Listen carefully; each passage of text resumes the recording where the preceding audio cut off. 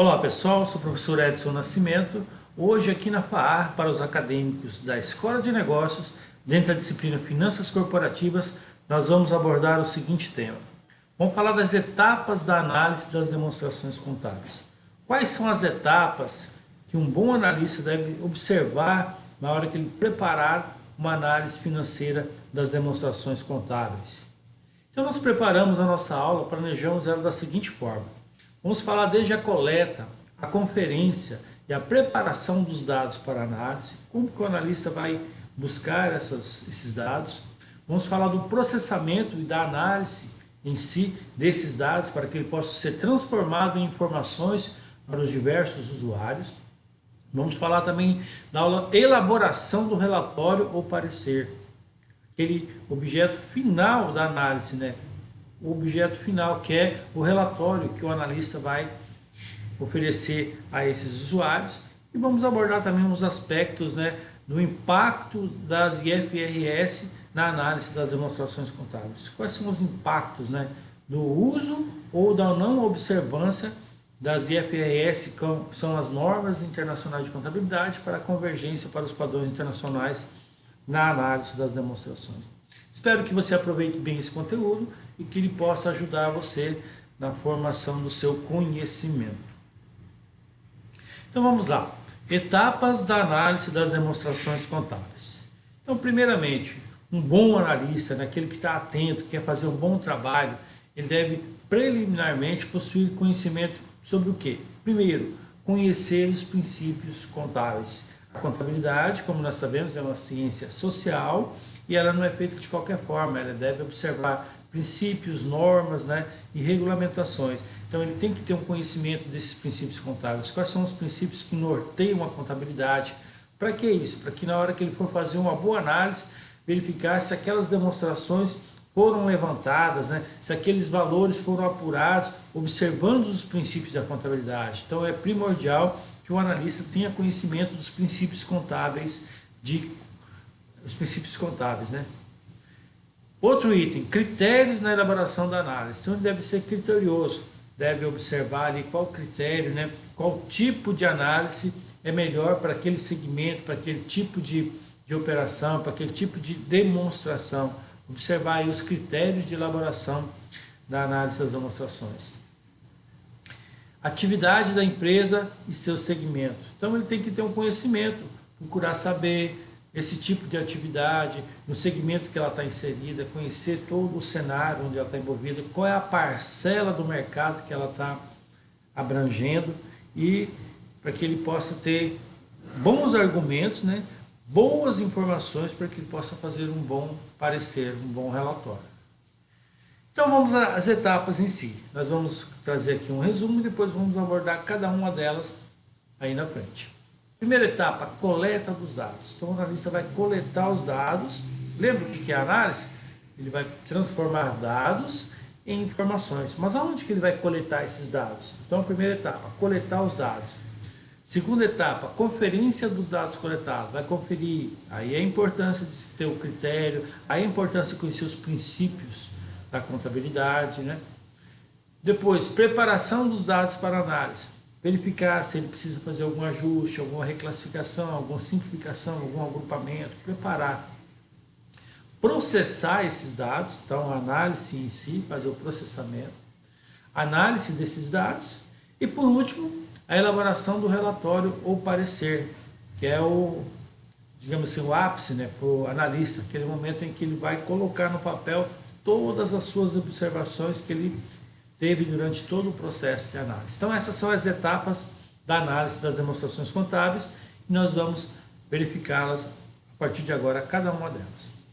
Primeiro item, coleta de dados. Aonde que o analista vai buscar esses dados para que ele possa fazer uma boa análise? Então, primeiro dica aqui, ó, obtenha cópia das 3 últimas demonstrações a serem analisadas. Então ele vai buscar demonstrações, pelo menos os 3 últimos períodos, para que ele possa fazer uma análise. Que tipo de demonstração? Ele vai ter que buscar todas as demonstrações que ele puder, que o departamento lhe fornecer, que ele puder alcançá-las, né? Porque não basta apenas ele pegar ali um demonstrativo balanço patrimonial ou uma demonstração de resultado. Ele precisa buscar todas, porque ele precisa ter uma demonstração de fluxo de caixa. O fluxo de caixa vai explicar melhor qual foi a variação do disponível que ele tem dentro da empresa, da liquidez que ele tem dentro da empresa.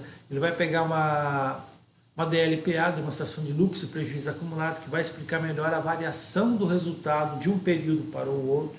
Então ele vai ter que buscar as demonstrações.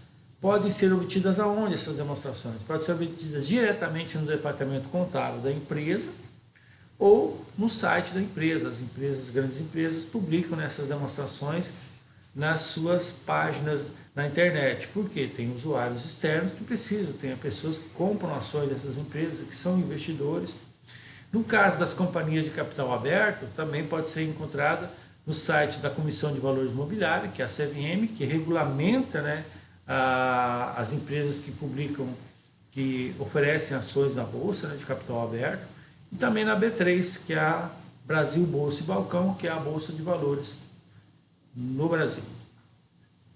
Obter informações sobre os negócios da empresa. Então, conhecer realmente a fundo qual é o negócio da empresa. É fabricar, é vender, é prestar serviço, conhecer a fundo o negócio da empresa. Investigar, né? Estudar, olhar, né, o cenário onde ela está inserida, conhecer os concorrentes, conhecer o mercado, conhecer a participação dessa empresa no mercado. Então ele precisa ter essas informações para que ele possa fazer um bom relatório. Por que ele precisa conhecer tudo isso? Para que ele possa fazer uma comparação. Então quando ele conhece o concorrente, sabe quem é a empresa líder naquele setor, se a empresa que ele está analisando é a empresa líder, né? Então, ou se ela não é, quem é a empresa líder?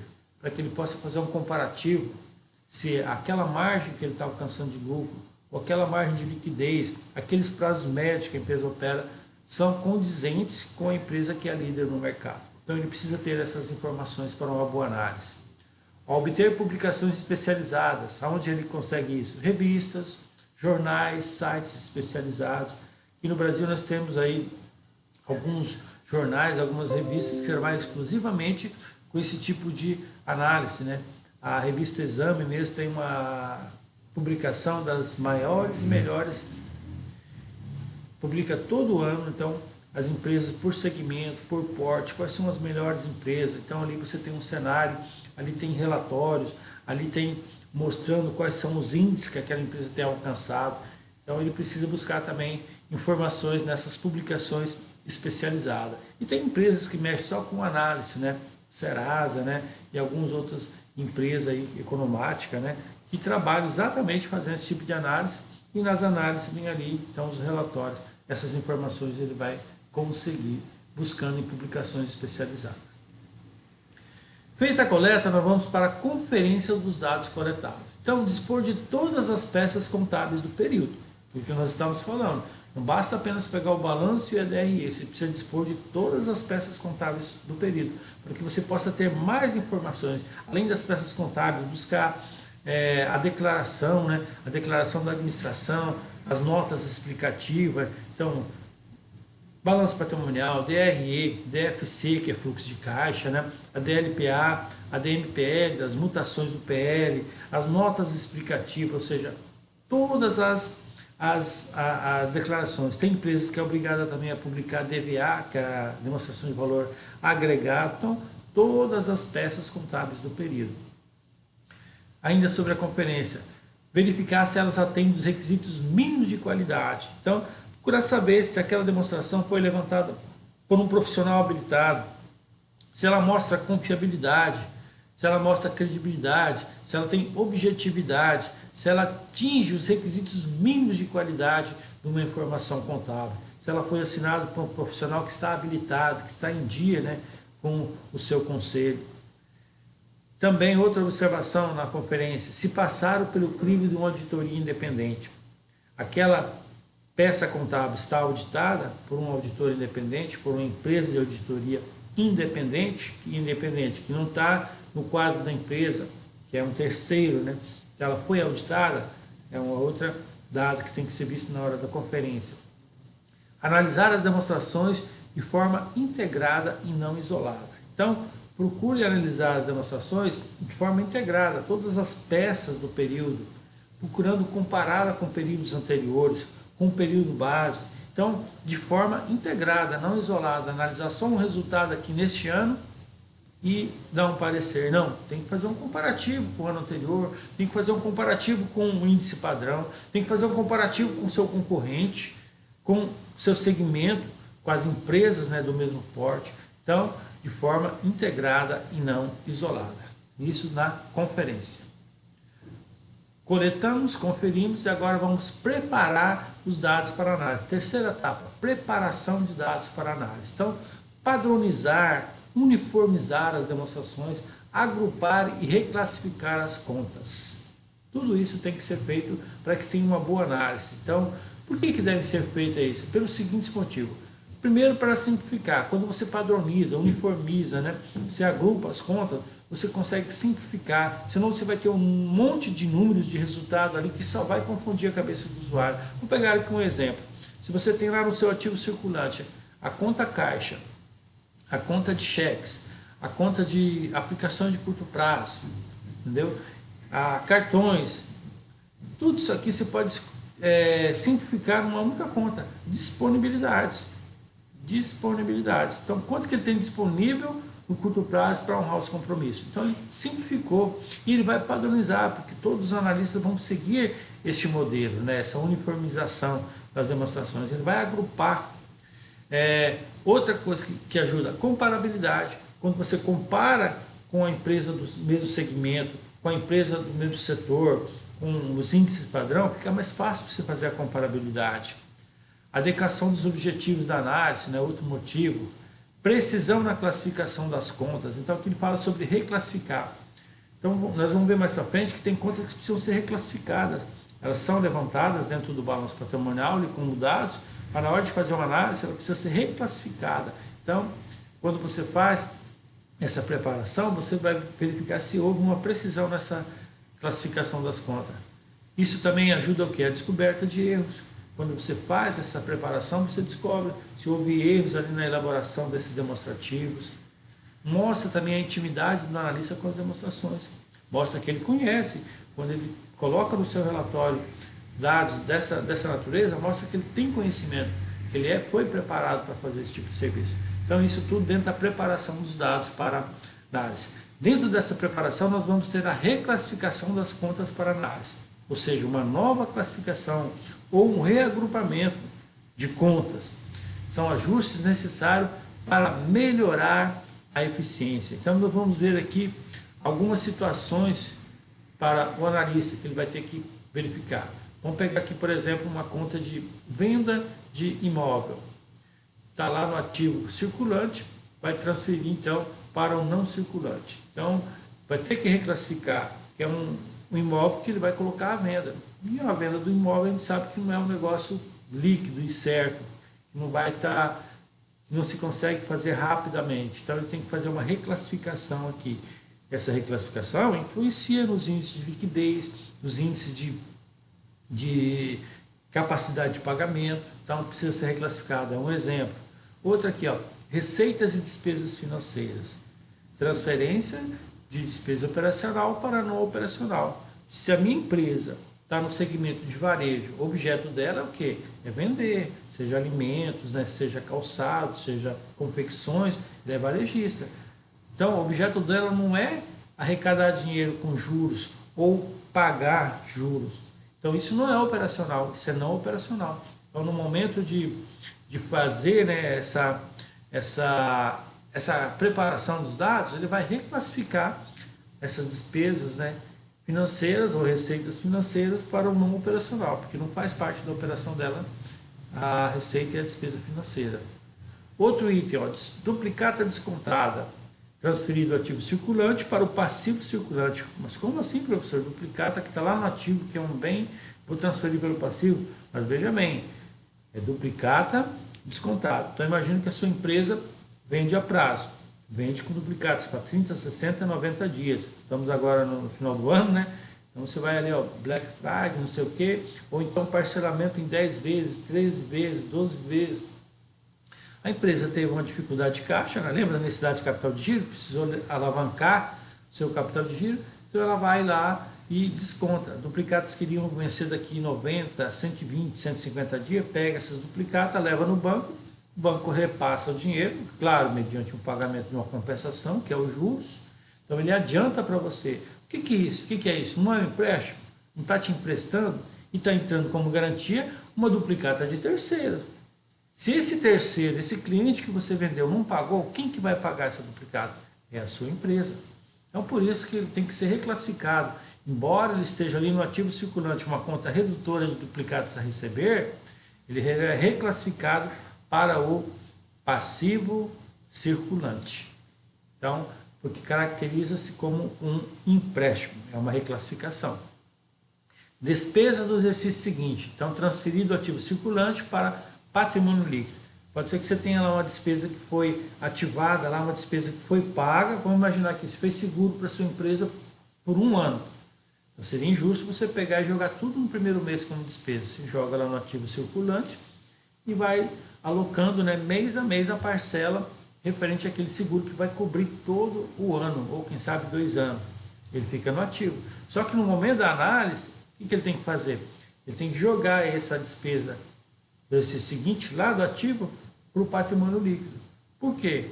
Embora ele esteja no ativo, não é algo que vai ser recebido, não é algo que vai ser realizado.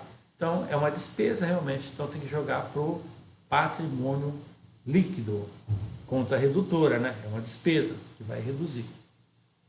Então, são algumas reclassificações que precisam ser feitas aqui dentro do processo de preparação dos dados. Então, na preparação, você vai padronizar, uniformizar, agrupar e reclassificar as contas. Nós vimos aqui algumas contas que precisam ser reclassificadas, né, como exemplos, mas existem mais. Certo?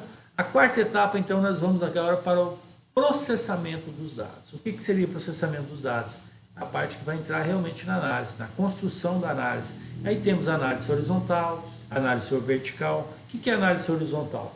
Você pega a demonstração desse ano atual fechado e vai fazer um comparativo com períodos anteriores. Então você vai descobrir ali se a empresa está em evolução, se está em declínio ou se ela está estagnada.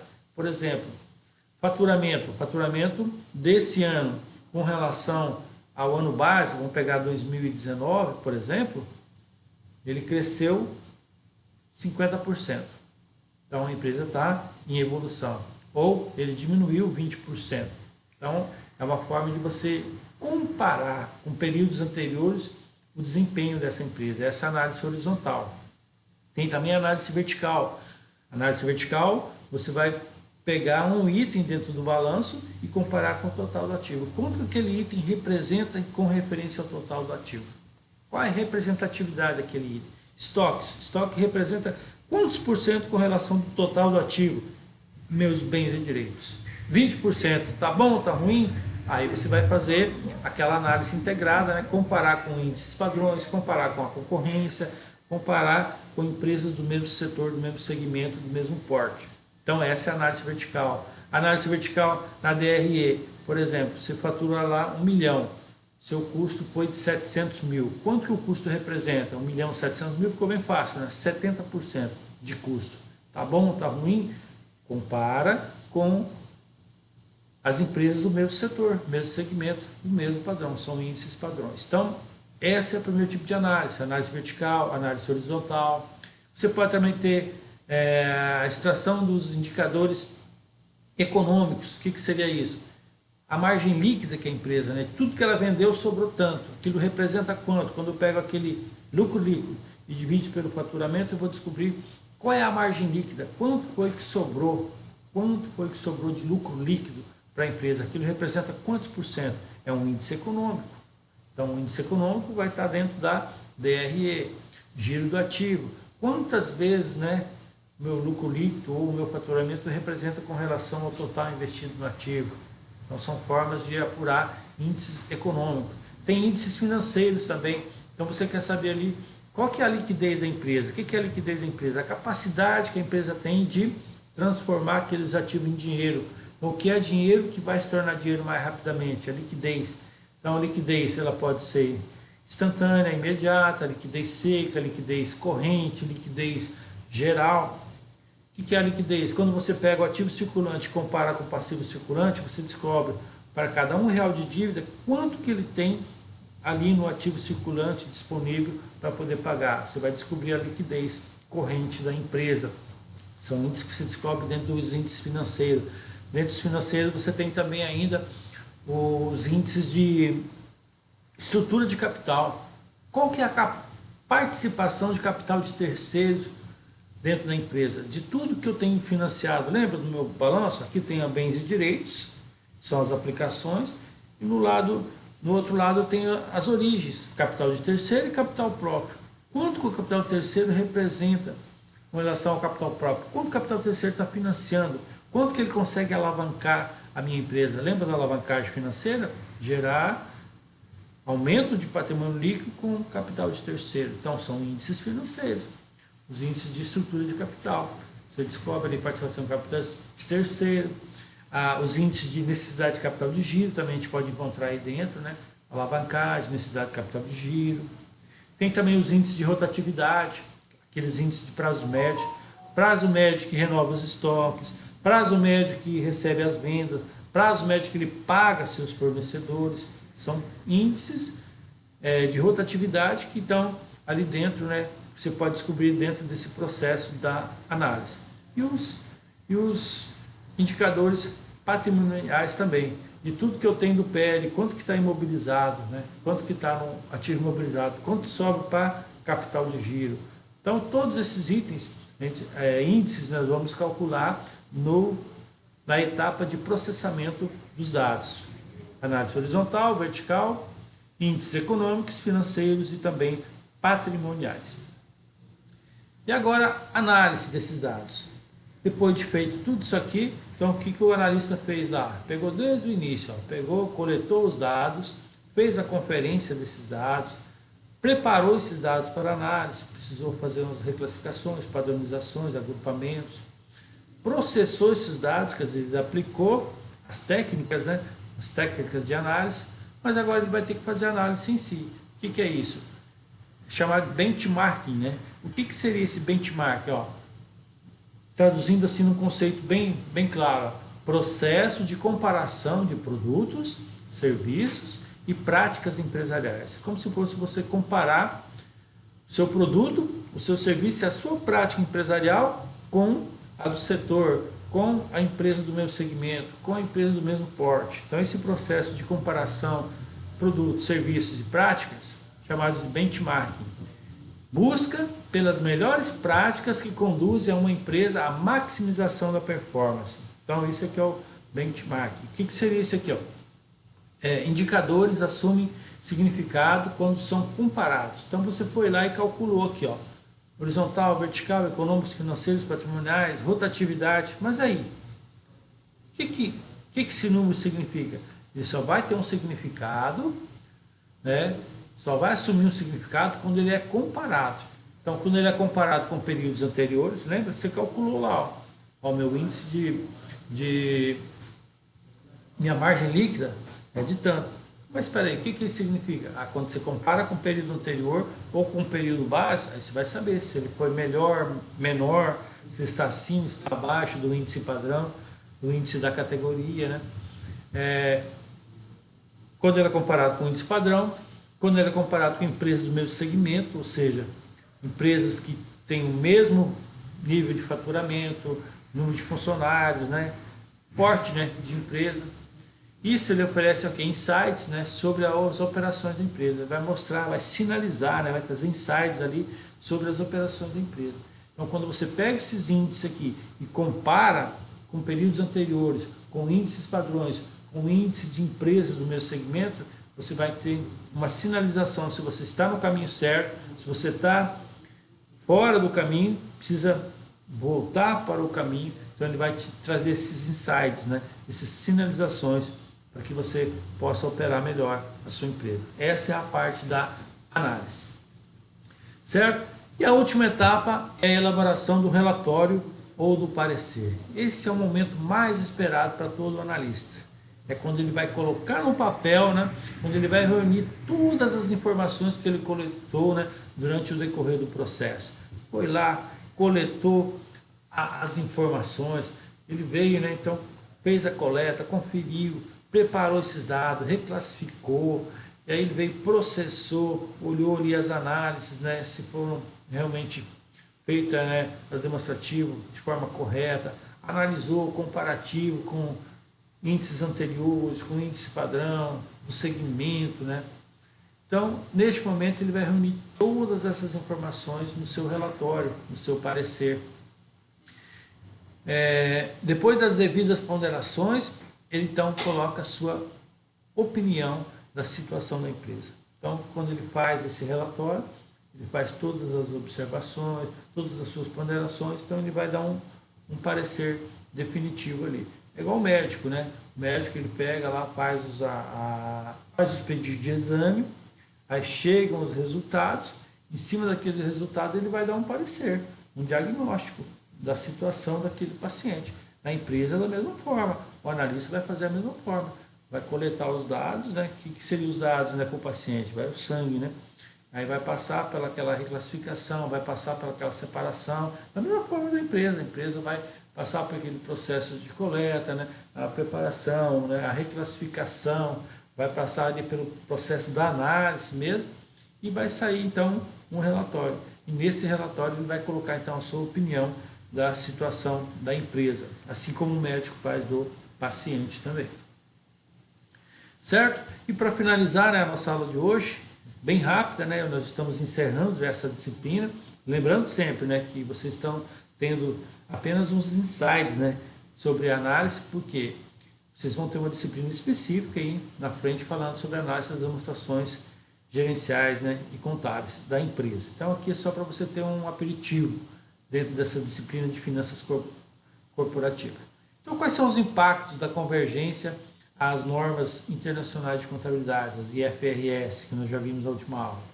Então, merece atenção os efeitos da adoção das IFRS no processo de análise das demonstrações contábeis. Tem que ter muita observação, merece uma atenção especial do analista, né? Verificar, né, se foi adotado, se não foi observado as normas internacionais de contabilidade. Existe a possibilidade de adoção diferenciada de critérios de valorização, né, de valoração de ativos e passivos. Então, verificar se essa empresa que você está analisando, se ela observou as normas internacionais, se ela está realmente observando os pronunciamentos, né?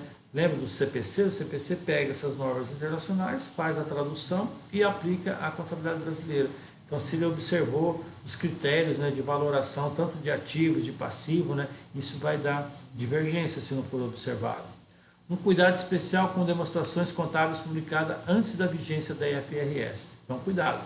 A visão comparativa aqui, atual agora, com empresas que já usam a IFRS, com a empresa que levantou, fez uma análise lá antes da adoção das IFRS. Cuidado. Observa, leia as notas explicativas, se foi adotado ou não. Tem que tomar esse cuidado. Leitura das notas explicativas dirão se as empresas estão adotando os mesmos critérios. Pode até não afetar o resultado financeiro, mas o econômico afeta, tá? Então, se você ler as notas explicativas, você vai saber se a empresa está adotando ou não os mesmos critérios, as mesmas normas internacionais. De repente, não vai afetar o financeiro, não vai mudar o saldo de caixa ali, vai mudar o disponível, né, capacidade de pagamento, mas vai afetar o resultado financeiro e o resultado econômico, e é esse resultado econômico que interessa ao investidor, é esse resultado econômico que vai valorizar ou não a empresa com as suas ações na bolsa. Então afeta o resultado econômico. Uma adoção ou não de um critério para tipo de despesa, né, para reconhecimento de receita ou não, pode alterar o resultado econômico. Alterando o resultado econômico, vai alterar o valor das ações e vai afetar o resultado final da empresa. Certo? Então hoje nós vimos aqui sobre as etapas da análise das demonstrações contábeis, né? Algo muito importante para que você já vá se preparando, para que lá na frente você possa praticar esse tipo de análise, né? Então, desde a coleta dos dados, a conferência dos dados coletados, a preparação desses dados para análise, né? O processamento, né? A análise, né? A comparativa com segmento, né? Ou com padrão, e finalizando com o relatório, né? o parecer aí do analista, certo? Espero que você aproveite bem esse conteúdo. Foi um prazer estar com vocês neste semestre aqui. Nós temos agora pela frente aí apenas as avaliações, né? E ainda uma aula apenas para que a gente possa fazer um resumão aí e finalizar o nosso semestre aí com a avaliação bimestral. Deus abençoe você, fique bem, se cuide e nos vemos aí nos próximos encontros. Forte abraço.